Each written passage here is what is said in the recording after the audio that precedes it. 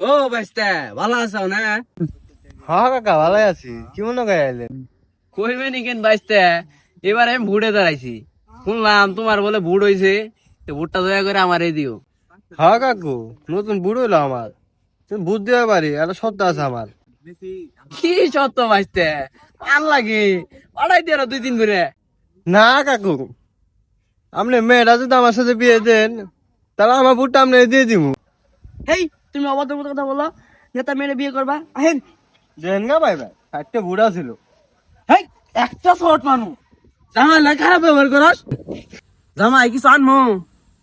হেই, সাদা ধরে মোয়া।